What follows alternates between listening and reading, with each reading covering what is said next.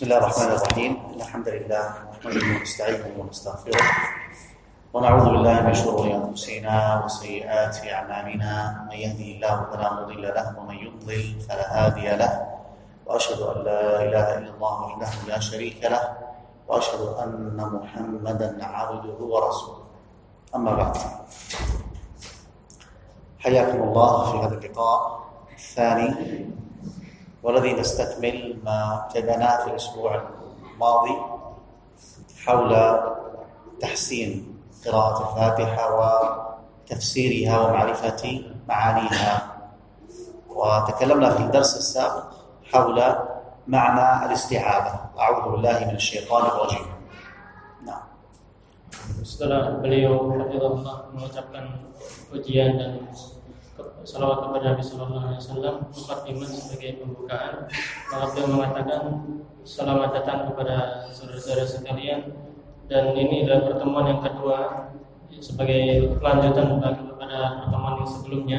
Yang sebelumnya kita telah membahas tentang A'udzubillahi minasyaitonirrajim, dan ini merupakan pelajaran tentang tahsin, memperbaiki bacaan kita tentang surat Al-Fatihah dan tentang memahami rincian dari surat Al-Fatihah tersebut. تقاربوا يا اخوة، تقاربوا دكات.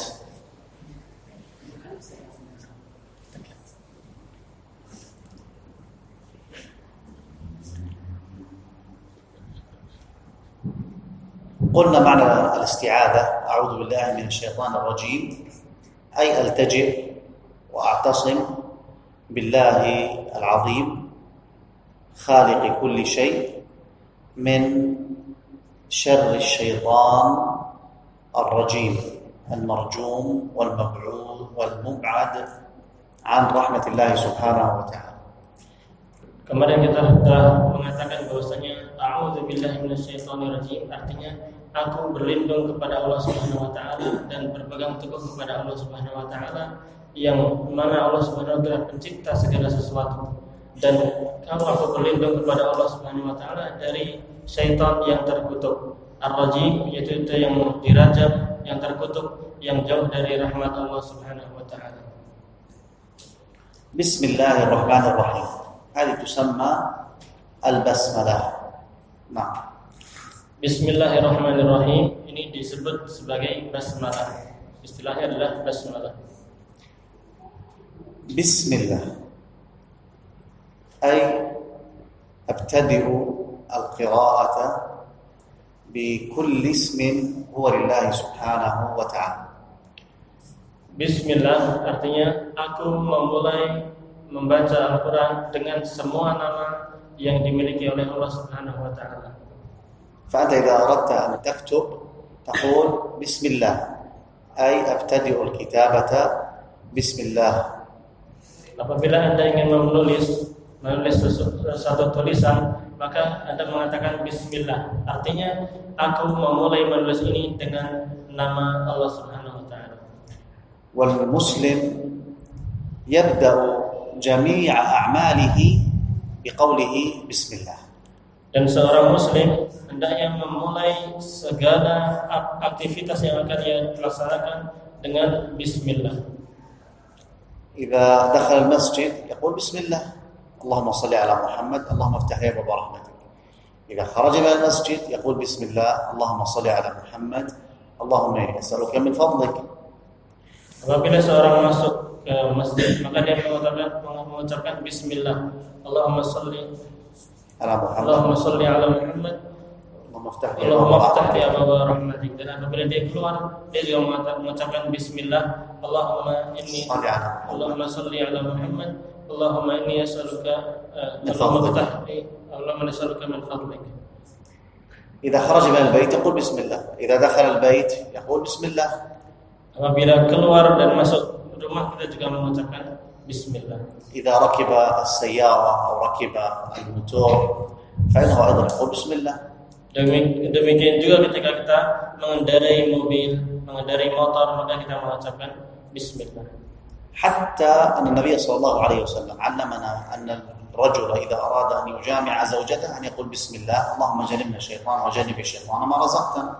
Bahkan ketika Nabi Shallallahu Alaihi Wasallam mengajarkan ketika seseorang ingin bersenggama berjima dengan istrinya, maka dia mengucapkan Bismillah, Allahumma jannibna syaitan wa jannibi syaitan ma razaqtana. فكل المسلم في كل أحواله إذا ابتدأ عمل أي عمل فهو يبتدئ بقوله بسم الله.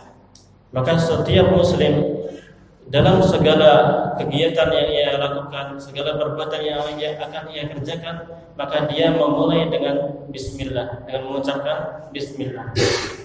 وهذا يعني يدلك على أن المسلم إنما يعلق قلبه بالله سبحانه وتعالى في جميع أحواله. Dan ini menunjukkan kepada kita bahwasanya seorang muslim itu senantiasa hatinya terikat atau mengingat Allah Subhanahu wa taala. فالله عز وجل هو الخالق وهو الذي بيده تصريف الأمور والمسلم يعلم أن أمره بيد خالقه سبحانه وتعالى فهو يذكره دائما. Dan Allah Subhanahu wa taala adalah pencipta segala makhluk dan di tangan Allah lah segala urusan. Maka segala urusan yang kita miliki semuanya di tangan Allah Subhanahu wa taala. Sehingga seorang muslim senantiasa mengingat Allah Subhanahu wa taala. وهذا فيه استعانة بالله عز وجل. Dan di dalam bismillah itu terdapat kita meminta tolong kepada Allah Subhanahu wa taala. Bismillahirrahmanirrahim. عندنا ثلاث أسماء الله الرحمن الرحيم. Dalam Bismillahirrahmanirrahim di sini terdapat tiga nama Allah Subhanahu wa taala. Yang pertama adalah Bismillah Allah, kemudian Ar-Rahman, kemudian Ar-Rahim. فما معنى هذه الأسماء الثلاث؟ Lalu apakah makna dari tiga nama tersebut? الله لفظ الجلالة اسم يشمل جميع أسماء الله الحسنى. Adapun nama Allah itu merupakan lafzul jalalah, lafaz keagungan Allah Subhanahu wa taala yang mencakup semua nama-nama yang dimiliki oleh Allah Subhanahu wa taala. والنبي صلى الله عليه وسلم قال إن لله 99 اسماء فأسماء الله عز وجل التي نعلمها وجاءت في كتاب الله وفي سنة رسول الله صلى الله عليه وسلم 99. Nabi sallallahu alaihi wasallam bersabda, "Inna lillahi 99 isma." Sesungguhnya Allah itu memiliki 99 nama. Maka nama-nama Allah Subhanahu wa taala yang ada dalam Al-Qur'an dan ada dalam hadis ada 99. فأنا أسألكم هل لله أكثر من 99 اسما أو له 99 اسم فقط؟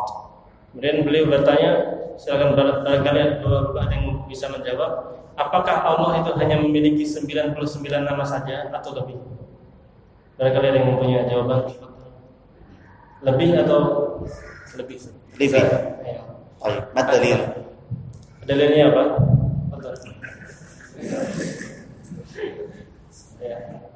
ها؟ من يحفظ؟ Ada yang hafal dalilnya? حديث. Ada dalam sebuah hadis. Barangkali bapak-bapak punya, cari di internet. طيب هناك دعاء كان يدعو به النبي صلى الله عليه وسلم. Ada doa yang biasa dibaca oleh Nabi sallallahu alaihi wasallam. يقول فيه صلى الله عليه وسلم اللهم إني عبدك ابن عبدك ابن أمتك. Nabi sallallahu alaihi wasallam bersabda dalam doa itu, Allahumma inni abduka, ya Allah aku adalah hambamu, anak hambamu dan anak hambamu yang laki-laki dan anak hambamu yang perempuan. Yani anaknya bapak yang merupakan hamba Allah dan anaknya ibu yang hamba Allah juga. ناصيتي بيدك. الناصية هي مقدمة الرأس. Ubun-ubunku ada di tanganmu. عدل في قضاؤك. Betapa adilnya ketetapanmu terhadapku. أسألك بكل اسم هو لك. Kemudian beliau mengatakan as'aluka bikulli ismin huwa lak. Aku meminta kepadamu ya Allah dengan semua nama yang dimiliki oleh Engkau. سميت به نفسك. Yang Engkau namakan engkau diri sendiri dengan nama itu. سميت به نفسك أو أنزلته في كتابك Atau nama yang telah engkau turunkan dalam kitabmu, أو علمته أحدا من خلقك atau nama yang telah engkau ajarkan kepada seseorang dari makhlukmu. الآن الشاهد أن أسماء الله أكثر من 99 قوله أو استأثرت به في علم الغيب عندك. Atau yang engkau sendiri, engkau ya Allah, yang engkau ketahui sendirilah pada ilmu yang ada pada dirimu. Jadi hanya Allah sendiri yang mengetahui nama ini. فهناك أسماء الله عز وجل لم يطلعنا عليها، استأثر بها عنده سبحانه وتعالى، سيعلمنا ببعض يعني بها أو ببعضها يوم القيامة. Jadi inti dari hadis ini, ada dalil dari hadis ini bahwasanya ada nama yang hanya Allah sendiri yang tahu nama itu, dan Allah hanya yang tahu, dan Allah besok pada hari kiamat akan mengabarkan kepada kita tentang nama itu. Namun tidak menjelaskan di Al-Quran atau pada hadis. إذن أسماء الله الحسنى أكثر من 99 أسماء. Kalau demikian berarti nama-nama Allah Subhanahu wa taala itu lebih dari 99. Jadi tidak terbatas dari 99 saja. سودا من أفل حديث Sudah حفظتم الحديث صحيح الجملة؟ طيب احفظوا الحديث. Nanti silakan dihafal, mencari di internet. اللهم إني عبدك ابن عبدك ابن أمتك ناصيتي بيدك ماض في حكمك لنسيناها Telekin. عدل في قضاؤك أسألك بكل اسم هو لك سميت به نفسك أو أنزلته في كتابك أو علمته أحدا من خلقك أو استأثرت به في علم الغيب عندك أن تجعل القرآن العظيم ربيع قلبي. طيب تريد نعيد الحديث نتقنه؟ Gimana kalau diulang? Kita ikuti bersama sekali-kali. يا طيب. طيب اللهم إني عبدك Allahumma inni 'abduk, ابن عبدك ibnu 'abdik, ابن أمتك ibnu amatik, ناصيتي بيدك nasiyati biyadik, ماض في حكمك madin fiyya hukmuk, عدل في قضاءك adlun fiyya qada'uk. أسألك بكل اسم هو لك As'aluka bikulli ismin huwa lak, سميت به نفسك sammaita bihi nafsak, أو علمته أحدا من خلقك aw 'allamtahu ahadan min khalqik, أو أنزلته في كتابك aw anzaltahu fi kitabik, أو علمته أحدا من خلقك aw 'allamtahu ahadan min khalqik, أو استأثرت به في علم الغيب عندك aw ista'tharta bihi fi 'ilmi al-ghaib 'indak, أن تجعل القرآن العظيم ربيع قلبي an taj'ala al-Qur'ana al-'azima rabi'a qalbi ونور صدري. wa nura sadri. حسن لا cukup kali ya. حسن cukup.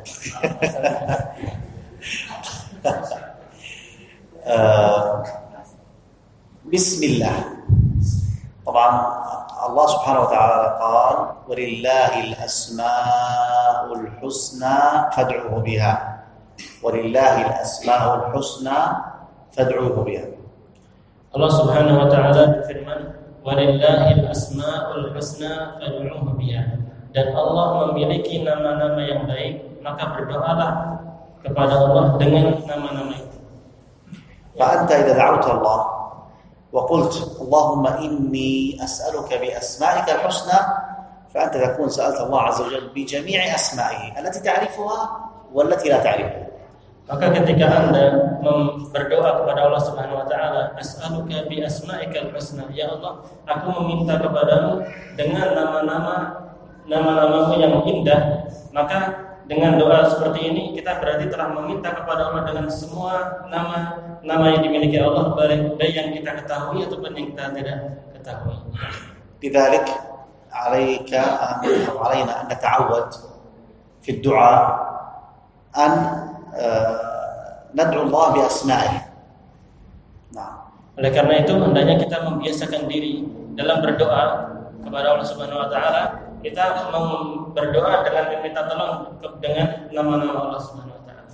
فالواحد إذا أراد أن يدعو غالبا يقول مباشرة اللهم اغفر لي أو مثلا اللهم اهدني أو اللهم أصلح أبنائي أو اللهم ارزقني، يدعو هكذا مباشرة.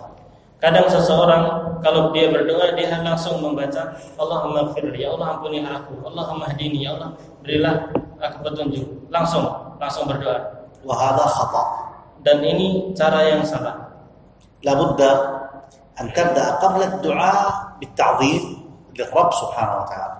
Kita harus membaca dalam memulai doa kita harus memulai dengan mengagungkan Allah Subhanahu wa taala dahulu. Jangan langsung doa minta. فمن تعظيم الله سبحانه أن تدعو الله بأسمائه الحسنى وصفاته العليا. Di antara pengagungan kita terhadap Allah Subhanahu wa taala dalam berdoa adalah kita berdoa dengan menyebut nama-nama Allah yang indah. فإذا قلت قبل الدعاء ترفع يديك تتجه القبلة اللهم إني أسألك بأسمائك الحسنى أن تغفر لي وأن ترزقني وأن تصلحني وأن تصلح ذريتي إلى غير ذلك من الأدعية فأنت تكون قد يعني جئت بالصواب في الدعاء أو جئت بالطريقة الصحيحة للدعاء. Apabila Anda berdoa kepada Allah Subhanahu wa taala kemudian Anda mengatakan, ya Allah, aku meminta kepadamu dengan semua nama-namamu yang indah agar Engkau mengampuniku, agar Engkau memperbaiki diriku, memperbaiki keluargaku, memperbaiki keturunanku, maka dengan cara doa yang seperti ini Anda berarti telah berdoa dengan cara yang benar. Dan ini adalah cara yang benar, yaitu dengan menyebut nama-nama Allah yang indah. ونختم الدعاء بالصلاة على النبي صلى الله عليه وسلم. Lalu kita mengakhiri doa kita dengan bersalawat kepada Nabi Muhammad SAW. حفظتم هذا؟ فهمتموه؟ Sudah dipahami? إذن لما ندعو نبدأ بتعظيم الرب عز وجل. اللهم إني أسألك بأسمائك الحسنى ثم تكمل. Kalau begitu dalam doa kita memulai dengan mengagungkan Allah Subhanahu wa taala. Kita katakan Allahumma inni as'aluka bi asma'ikal husna, kemudian baru kita meminta pakai doa-doa yang lain. Ya. ونحرص طبعا نحن نتكلم على الدعاء نحرص أن ندعو في الأوقات التي يستجاب فيها الدعاء. Dan kita bersungguh-sungguh untuk berdoa pada waktu-waktu yang di situ waktu yang mustajab, waktu-waktu yang di waktu itu Allah Subhanahu wa taala mengabulkan doa kita. في وقت الانتظار بين الأذان والإقامة. Seperti waktu ketika kita menunggu, yaitu antara azan dan iqamat, itu ada waktu yang dikabulkan doa. النبي صلى الله عليه وسلم قال الدعاء بين الأذان والإقامة لا يرد. Nabi sallallahu alaihi wasallam bersabda, doa yang ada pada antara azan dan iqamat itu tidak akan ditolak, artinya akan terkabulkan. من المواطن التي يستحب فيها الدعاء السجود وأنت ساجد بعد أن تقول سبحان ربي الأعلى سبحان ربي الأعلى سبحان ربي الأعلى أو سبحان ربي الأعلى وبحمده سبحان ربي الأعلى وبحمده سبحان ربي الأعلى وبحمده. إن أردت الزيادة تزيد وهذا مستحب طبعا، وكلما زدت كلما كان أفضل. سبوح قدوس رب الملائكة والروح. نعم. Di antara tempat-tempat yang mustajab untuk kita berdoa adalah ketika sujud. Ketika sujud kemudian kita mengucapkan subhanallah wa bihamdi, subhanallah wa bihamdi. Subhanarabbiyal a'la. Ada doanya subhanarabbiyal a'la, subhanarabbiyal a'la, subhanallah 3 kali, atau subhanarabbiyal a'la wa bihamdi, subhanallah, subhanarabbiyal a'la wa bihamdi, subhanarabbiyal a'la walhamdi. Atau kalau mau ditambahin doa lagi kayak subuhan qudus dan lain sebagainya. Rabbul malaikati war ruh. Kemudian setelah itu baru doa. ثم بعد ذلك تدعو وتطيل في الدعاء. Kemudian setelah membaca doa sujud tadi, kita kemudian baru berdoa dan bisa memperbanyak atau memperpanjang doa kita. لماذا لما نصلي سواء الفريضة أو السنة نستعجل في السجود؟ لا نستعجل، وإنما نطيل السجود وندعو ما شاء الله لنا ندعو ونطيل. Kenapa sebagian kita kadang ketika sujud terlalu terburu-buru? Jangan seperti itu. Mestinya kita dalam sujud lama, kemudian di dalam sujud itu kita berdoa dengan doa yang panjang, yang banyak. لأن الصلاة صلة بين العبد وربه. الصلاة صلة بين العبد وربه. وأنت تسأل الله عز وجل وتدعوه في يعني موطن العبادة، وهي الركن الثاني من أركان الإسلام، فأكثر من الدعاء في السجود. Salat adalah ibadah yang menghubungkan kita kepada Allah Subhanahu wa taala. Dan ini merupakan ibadah yang sangat agung, dan ini merupakan rukun yang kedua dalam Islam. Maka dalam tempat ini, yaitu pada salat ini, maka kita perbanyak untuk berdoa kepada Allah Subhanahu wa taala. من المواطن التي شرع لنا فيها النبي صلى الله عليه وسلم الدعاء بعد التشهد وقبل السلام. Di antara tempat mustajab untuk kita berdoa adalah ketika kita setelah tasyahud sebelum salam. Setelah mengucapkan salat tahiyat itu, dalam tahiyat ada tasyahud, setelah itu baru sebelum salam kita berdoa. Nah. وقد ثبت عن النبي صلى الله عليه وسلم أدعية كثيرة. الآن لو أردنا طبعا أن نذكرها يعني نرى أنها طويلة، إذا أراد الإمام أو يأتي بها كلها طويلة جدا، لكن أن تتعلم هذه الأدعية وادعو بها. Ada beberapa doa-doa dari Nabi Sallallahu Alaihi Wasallam yang sahih dan sangat banyak sekali doa-doanya. Kalau kita bisa membiasakan hal itu dalam salat kita, nah itu lebih baik. Ya. من هذه الأدعية اسمعوا هذه الأدعية حتى تحفظوها فيما بعد إن شاء الله. Di antara doa-doa itu, ya, baik, beliau akan membacakannya, silakan didengarkan. ننتبه أن طريقة الدعاء وطريقة الأذكار لابد أن تكون على مهل ولا تكون بعجلة. Dalam berdoa, dalam berzikir kita pelan-pelan, tidak terlalu, jangan buru-buru. اللهم باعد بيني وبين خطاياي كما باعدت بين المشرق والمغرب. اللهم نقني من خطاياي كما ينقى الثوب الأبيض من الدنس. اللهم اغسلني من خطاياي بالماء والثلج والبرد. اللهم إني أعوذ بك من فتنة المحيا وفتنة الممات ومن فتنة المسيح الدجال ومن عذاب في النار وعذاب في القبر. اللهم أعني على ذكرك وشكرك وحسن عبادتك. اللهم إني أسألك من الخير كله عاجله وآجله ما علمت منه وما لم أعلم، وأعوذ بك من الشر كله عاجله وآجله ما علمت منه وما لم أعلم. اللهم إني أسألك الجنة وما قرب إليها من قول أو عمل، وأعوذ بك من النار وما قرب إليها من قول أو عمل، وأسألك من خير ما سألك به محمد صلى الله عليه وسلم، وأعوذ بك من شر ما استعاذ منه محمد صلى الله عليه وسلم، وما قضيت لي من قضاء فاجعل عاقبته رشدا. هذه أدعية ثابتة عن النبي صلى الله عليه وسلم، كان يقولها بعد التشهد وقبل السلام. Baik, doa-doa yang beliau sebutkan tadi panjangnya. Atau doa-doa yang beliau sebutkan tadi itu doa-doa yang betul-betul sahih dari Nabi Sallallahu Alaihi Wasallam. Hendaknya kita membacanya, menghafalnya dalam salat-salat kita. ممكن يعني فيما بعد نصورها لهم توزع عليهم يحفظونها. جيد. Barangkali di pertemuan selanjutnya beliau akan motokopikan doa tadi kemudian dibagi-bagikan doa. يحفظونه بالعربي أو بالإندونيسي؟ كيف؟ بالعربي أم بالإندونيسي؟ بالعربي. طيب جيد. يعني نحن نطلب العلم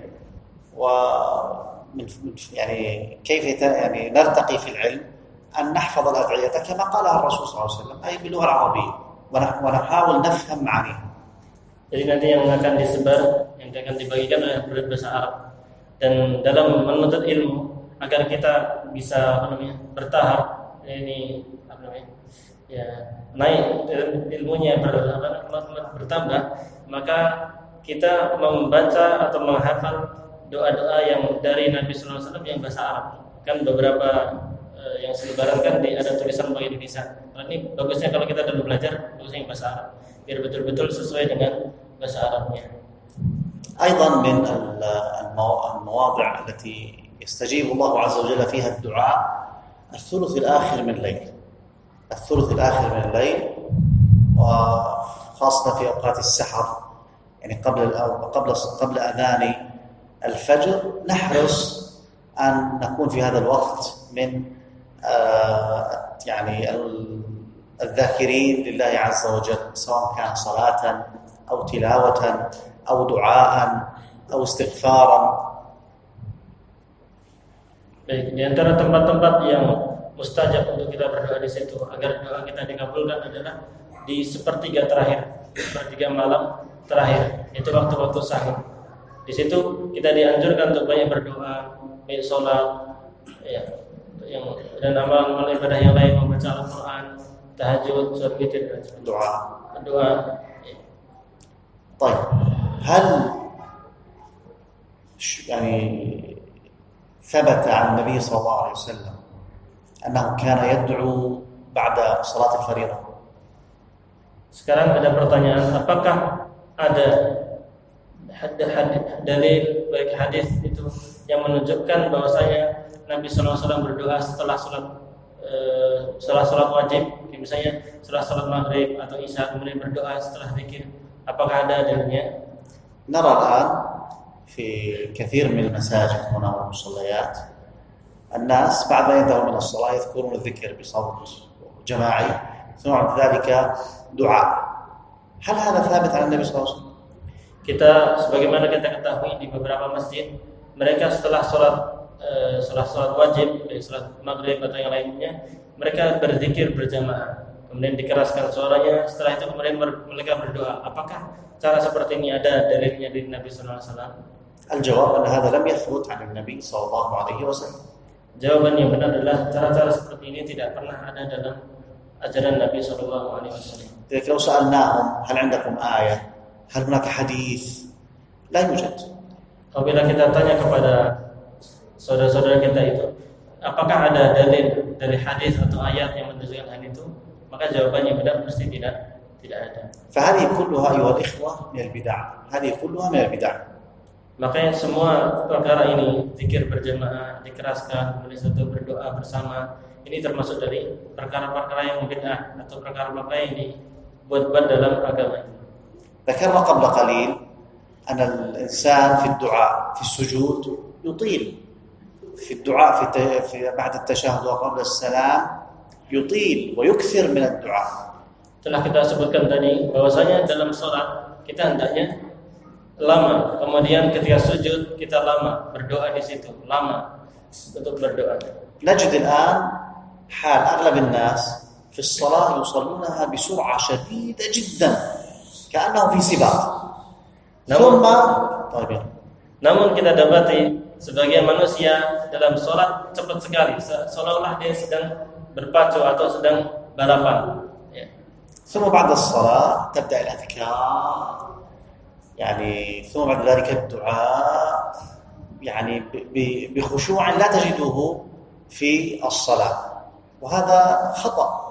أنت الآن في الصلاة وقال ربكم ادعوني أستجب لكم. الدعاء الآن أقرب ما يكون العبد من ربه وهو ساجد وهو في الصلاة. تترك الموطن الذي أمرك الله بأن تدعو فيه ثم تذهب إلى موطن لم يثبت عن النبي صلى الله عليه وسلم أنه كان يدعو فيه الله عز وجل. Ya, kemudian mereka setelah melaksanakan sholat yang sangat cepat itu langsung zikir dan doa dengan zikir dan bacaan-bacaan yang sangat panjang, sangat khusyuk. Yang itu tidak didapati kekhusyuan itu atau lamanya itu seperti dalam sholat tadi.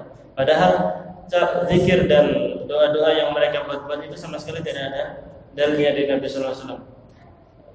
Kenapa mereka tidak melaksanakan kekhusyuan itu atau lama itu dalam sholat yang memang betul-betul ada dalilnya, sementara mereka khusyuk dan berlama-lama dalam zikir-zikir yang tidak ada dalilnya.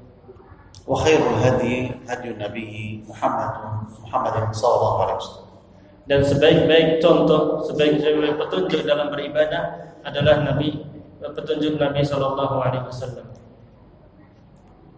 بسم الله الرحمن الرحيم. نرجع البسملة. فالله قلنا هو اسم يشتمل جميع أسماء الله الحسنى. Kita kembali ke pembahasan kita. Bismillahirrahmanirrahim. Itu Bismillah, maka lafaz Allah itu mencakup segala nama-nama Allah yang indah. ثم ذكر اسمان من أسمائه ألا وهما الرحمن الرحيم. Kemudian menyebutkan dua nama Allah Subhanahu wa taala, yaitu nama Ar-Rahman dan nama Ar-Rahim. لماذا ذكر هذين الاسمين فقط من كل الأسماء الحسنى؟ Kenapa Allah Subhanahu wa taala menyebutkan dua nama ini saja dan tidak menyebutkan nama-nama yang lain? Hanya menyebutkan Ar-Rahman, Ar-Rahim saja tanpa menyebutkan yang lain. الله عز وجل تعرف علينا بأسمائه وصفاته. نحن يعني كيف نعرف الله عز وجل؟ نعرفه بأسمائه وصفاته عز وجل. Allah Subhanahu wa taala memperkenalkan dirinya dengan nama-nama Allah Subhanahu wa taala. Yaitu bagaimana kita mengenal Allah Subhanahu wa taala, yaitu kita mengenal Allah Subhanahu wa taala dengan memahami nama-namanya. فلما يفتتح ويخص هذين الاسمين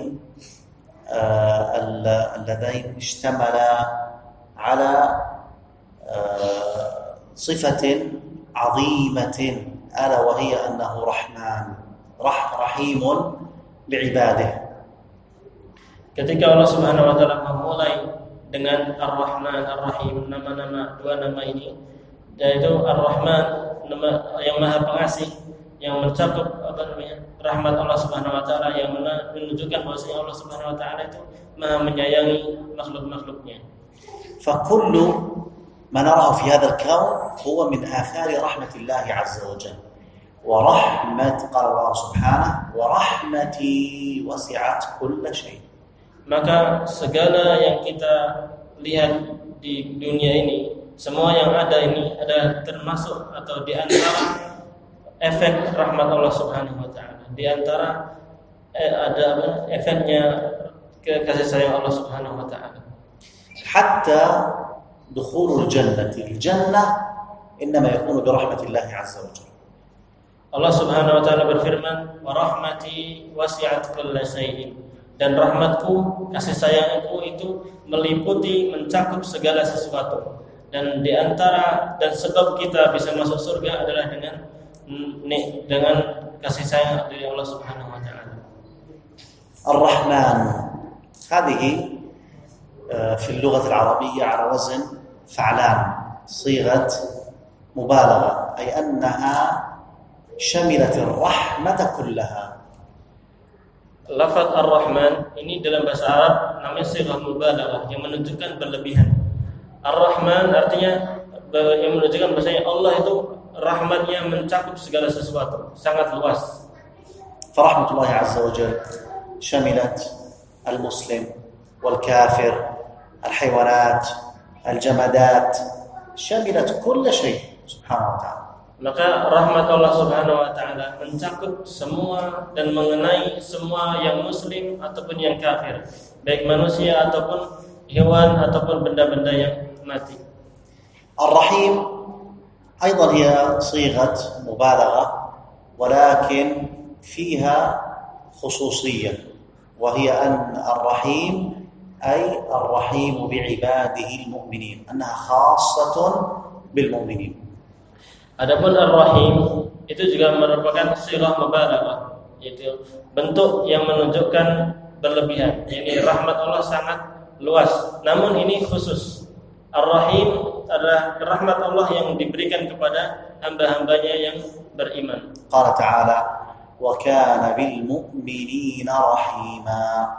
Allah Subhanahu wa taala berfirman, wa kana bil mu'minina rahima, dan Allah itu berrahmat, maha pengasih, maha penyayang kepada orang-orang yang beriman. Di sini disebut rahima, bukan rahmat.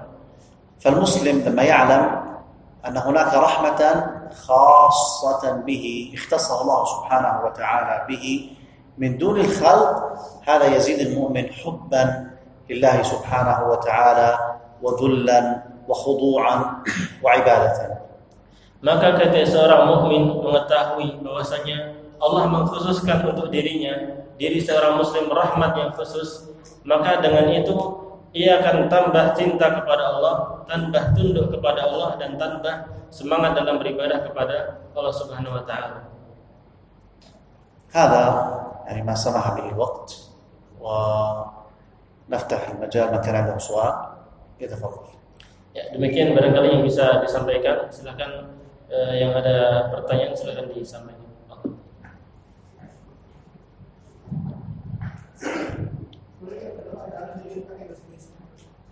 Kif? Hal yajuz an nad'u Allah fi sujudina bil lughati Indonesia? boleh. إذا الأولى أن يتعلم الإنسان، وكلنا لا يستطيع يتعلم. نتعلم الدعاء باللغة العربية. الذي لا يستطيع يدعو باللغة العربية ولا يفهم اللغة العربية يدعو بلغته، فالله سبحانه وتعالى يعرف يعني اللغات، أو يعلم، الله عز وجل يعلم اللغات ويعطي لكل سائل سؤله سبحانه وتعالى. Ya, jadi jawabannya boleh membaca doa dengan bahasa Indonesia ketika kita sujud. Namun hendaknya kita juga berusaha untuk belajar bagi bahasa Arab, menghafalnya. Namun secara hukum boleh saja kita membaca dan dengan bahasa Indonesia, karena Allah Subhanahu wa taala mengetahui dan memahami semua bahasa. Baik bahasa Jawa, baik bahasa أيها الإخوة، يعني قضية فهم أو حفظ الأدعية باللغة العربية وفهم معناها سهل ليس صعب. لماذا؟ لأنها يعني قصيرة، هذا الأمر الأول. الأمر الثاني تتكرر دائما، وأنت إذا أردت أن تحفظ شيئا ماذا تفعل؟ تكرر. فأنت يعني هذه عبادة فرضت علينا 5 مرات في اليوم، هذه الفروض غير السنن، فأنت تكرر هذه الألفاظ وتحاول تفهم المعاني شيئا فشيئا حتى تستطيع أن تفهمها فهما جيدا بإذن الله. Dan menghafal doa-doa ini sangat penting sekali untuk kita lakukan, dan menghafal ini sangat mudah karena dengan cara kita ulang-ulangi terus, kita baca berkali-kali, nanti insyaallah dengan itu akan hafal. Dan apalagi doa-doa berkaitan dengan sholat, namanya sholat wajib, meskipun namanya sholat wajib kita mestinya harus bisa menghafalnya. Ya, kita usahakan untuk bisa menghafal doa-doa tersebut semampu kita. Ada yang lain?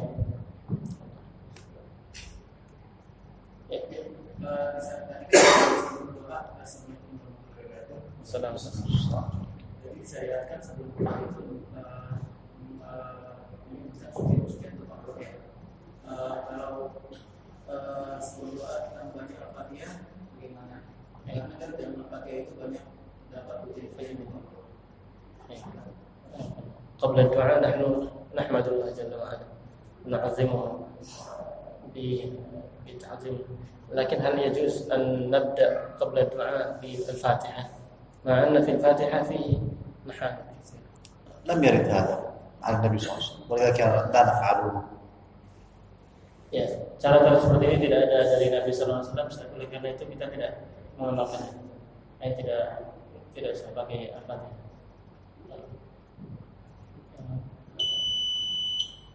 Lanjut. Pembukaan doa ini, awal pembukaan doa, kalau kita membaca Bismillahirrahmanirrahim, itu kan apakah sifat atau bukan semuanya? Kalau kita membuat sifat yang lainnya itu, misalnya contoh, lam yalid wa lam yulad, misalnya, atau yakhili yakhulu, tak boleh itu selain itu. Apakah memang mencakup semua? Bismillahirrahmanirrahim itu mencakup semua. Pertanyaannya boleh nggak untuk yang lain? Bukan doa itu apakah misalnya banyak Bismillah, tapi itu mencakup sifat Allah semuanya. Ya. Apa kita menambah lagi misalnya kayak yang dia beliau, apakah boleh? Boleh. Hal qultum bi annana nabda Allahumma nas'aluka bi asma'ikal husna. Law nazid alaihi bi ya hayy ya qayyum hal yajuz. والآن ليس فقط الدعاء أن تقول اللهم إني أسألك بأسمائك الحسنى، لا، أنت الآن يعني لمن لم يحفظ أو يعرف الأسماء إذا قال اللهم إني أسألك بأسمائك الحسنى يكون قد دعا الله بكل أسمائه الحسنى. أما تقول يا حي يا قيوم، الحي القيوم من أسماء الله. اللهم يا عظيم يا رحيم يا غفور يا ودود يا جبار، هذه كلها أسماء يجوز أن تدعو بهذا كله. لكن إذا ما عرفت أسماء الله، ما عرفت ماذا أقول، أو أردت أن أدعو بدعاء شامل أقول هذا. أما ادعو بأسماء الله ما شئت. Ya, jadi boleh kita membaca ya hayy ya qayyum saja atau itu. Cuman kalau kita belum hafal nama-nama Allah, kita boleh memakai Allahumma inni as'aluka bi asma'ikal husna saja bisa. Karena itu mencakup semuanya. Jadi kalau hafal beberapa nama Allah maka pakai itu enggak apa-apa. ثبت عن النبي صلى الله عليه وسلم قال يا حي يا قيوم برحمتك أستغيث، يا حي يا قيوم برحمتك أستغيث. Ya, karena ada hadis dari Nabi SAW doa, yaitu beliau mengatakan ya hayy ya qayyum birahmatika astaghith. Wahai Allah yang maha hidup yang maha berdiri sendiri, aku meminta tolong kepadamu. Jadi itu boleh. ويأمر كان النبي صلى الله عليه وسلم يعني يأمرنا بأن نكثر من قوله يا ذا الجلال والإكرام. Dan Nabi SAW juga memerintahkan kita untuk memperbanyak dalam doa itu, memperbanyak mengucapkan ya dzal jalali wal ikram, ya dzal jalali wal ikram. لما ننتهي من الصلاة ماذا نقول بعد أستغفر الله أستغفر الله أستغفر الله؟ ماذا نقول؟ Ketika kita selesai sholat, dalam berzikir kita setelah kita mengucapkan astagfirullah astagfirullah astagfirullah, kita mengucapkan apa? ماذا نقول؟ اللهم أنت السلام ومنك السلام تباركت يا ذا الجلال والإكرام. هذه كلها أسماء الله. Ya. Jadi ketika kita mengucapkan astagfirullah astagfirullah, setelah itu kita Allahumma antas salam wa minkas salam tabarakta ya dzal jalali wal ikram. Ini semuanya nama-nama Allah. Dan ini dibolehkan. Nah, Yang lain? ada lagi? Ya. بالعربي نعم. Ada. Istighfar min al-Quran. مثلا ايش؟ ربنا لا تجعلنا فتنة للذين كفروا. طبعا يجوز الدعاء من الأدعية التي جاءت في القرآن الكريم، والأدعية التي ثبت عن النبي صلى الله عليه وسلم هي أفضل ما يدعو به الإنسان. Baik. Pertanyaannya, apakah boleh kita membaca doa ketika sujud, doa-doa yang ada dalam Al-Quran? Maka jawabannya boleh, sama sekali boleh. Dan sebaik-baik doa adalah yang dari Nabi Sallallahu Alaihi Wasallam. طبعا ليس درس عن الدعاء، ولا موضوع الدعاء يحتاج إلى 20 محاضرة أو وزيادة. Baik, kita sebenarnya bukan dalam membahas tentang doa, karena membahas doa ini lebih dari 20 pertemuan nanti. Nanti insyaallah kawan-kawan kita jadwalkan. لكن هذه إشارة. Tapi ini sebagai syarat saja. Ada yang lain? Ya, ada. Doa. Ya, boleh. Mas, تفضل يا أخي. تفضل. Sudah. Ini dalam kasus ini kita selalu berdoa ya Allah memudahkanlah urusan kami kesalahan. Tapi setelah itu kita membayangkan kesalahan itu menyebutkan misalnya atau masalah dengan teman dengan tetangga, tapi kita tidak menyebutnya, kita hanya menyebutkan ya Allah berurusan. Kemudian langsung membayangkan masalah. Apakah yang kita bayangkan itu sudah mencakup doa ini? أحيانا ندعو الله اللهم يسر لنا أمورنا ثم بعد ذلك نفكر أن عندنا مشاكل كثيرة، الديون لم تدفع كذا وغيرها. هل هذه الديون أو هذه المشاكل يدخل في قولنا اللهم يسر لنا أمورنا أم لا؟ تدخل، ولكن يعني لو فصلت الدعاء كان حسنا. إذا كان عندك مشكلة معينة، دين أو هم، فتدعو بأن يزيلها الله عز وجل بعينها، وأن يعني يفرج همك المعين تذكره، بل تكرر وتلح على الله في الدعاء مع الخشوع والخضوع. عليك دين، اللهم اقض ديني، اللهم اقض ديني، اللهم اعني على قضاء الدين، وهكذا. Ya, jadi doa tadi masuk. Jadi misalnya kalau kita berdoa, ya Allah mudahkanlah urusanku, kemudian kita berpikir tentang utang dan sebagainya, itu masuk dalam doa itu. Tapi kalau kita merinci doa itu lebih bagus. Kita rinci, ya Allah, saya punya utang sekian-sekian. Nah, itu lebih bagus. Nah, dan bahkan kita dianjurkan untuk senantiasa merengek kepada Allah Subhanahu wa taala, minta dan mengulang-ulang doa terus. Seperti yang merengek seperti anak kecil minta ke ibunya gitu. Ya. Tapi ini tambahannya ya, belajar. Masih terkait doa kan tadi ketika sujud boleh doa bahasa Indonesia. Pertama, apakah ada hadis yang menyebutkan boleh pakai bahasa apa aja, misalnya bahasa Jawa atau bahasa Indonesia. Kedua, ketika sujud itu doanya, tapi sekarang kita sholat tuh sujud yang lama tuh di rakaat terakhir doa, sujud terakhir doa. Apakah cuma di sujud terakhir atau seluruh sujud itu boleh? السؤال الأول، هل ثبت في الحديث أو دليل على جواز الدعاء باللغة غير العربية؟ السؤال الثاني، هل الدعاء في السجود مختص بالسجود الأخير في الصلاة؟ يعني نعم، ورد الدعاء بغير العربي، ومن آياته اختلاف ألسنتكم وألوانكم، فهذا من آيات الله العظمى، من آيات الله الدالة على وحدانيته عز وجل. اختلاف اللغات، فهو سبحانه وتعالى يعلم جميع اللغات كما ذكرنا في المحاضرة. هذا جواب السؤال. Jawaban soal pertama, dibolehkan. Dalilnya adalah firman Allah Subhanahu wa taala, "Wa min ayatihi khalqus samawati wal ardi wa ikhtilafus alsinatikum wa alwanikum." Dan di antara tanda-tanda kebesaran Allah Subhanahu wa taala adalah Allah menciptakan langit dan bumi dan berbedanya lisan-lisan kalian. Artinya bahasa-bahasa kalian manusia itu berbeda-beda. Ini di antara tanda-tanda kebesaran Allah. Dan ini menunjukkan tentang keesaan Allah Subhanahu wa taala. Dan ini dalil bahwasanya Allah Subhanahu wa taala mengetahui semua bahasa. Sehingga ketika kita berdoa dengan bahasa Indonesia pun Allah paham. أما الدعاء فهو في التشهد الأخير. الدعاء فهو في التشهد الأخير وقبل السلام. يعني في السجود. ايش؟ يعني هذا الدعاء مختص بالسجود الأخير يعني. أحيانا بعض الناس يسجد. لا طيب فهمت خطأ. إذا الدعاء ليس في السجود الأخير وإنما في كل السجود. بل السجدة الأولى تكون أطول، السجدة الثانية أقل منها، وهكذا، لأن الركعات ينقص طولها. الركعة الأولى طويلة، الركعة الثانية أقصر، الثالثة أقصر، أو الثالثة والرابعة تتساويان.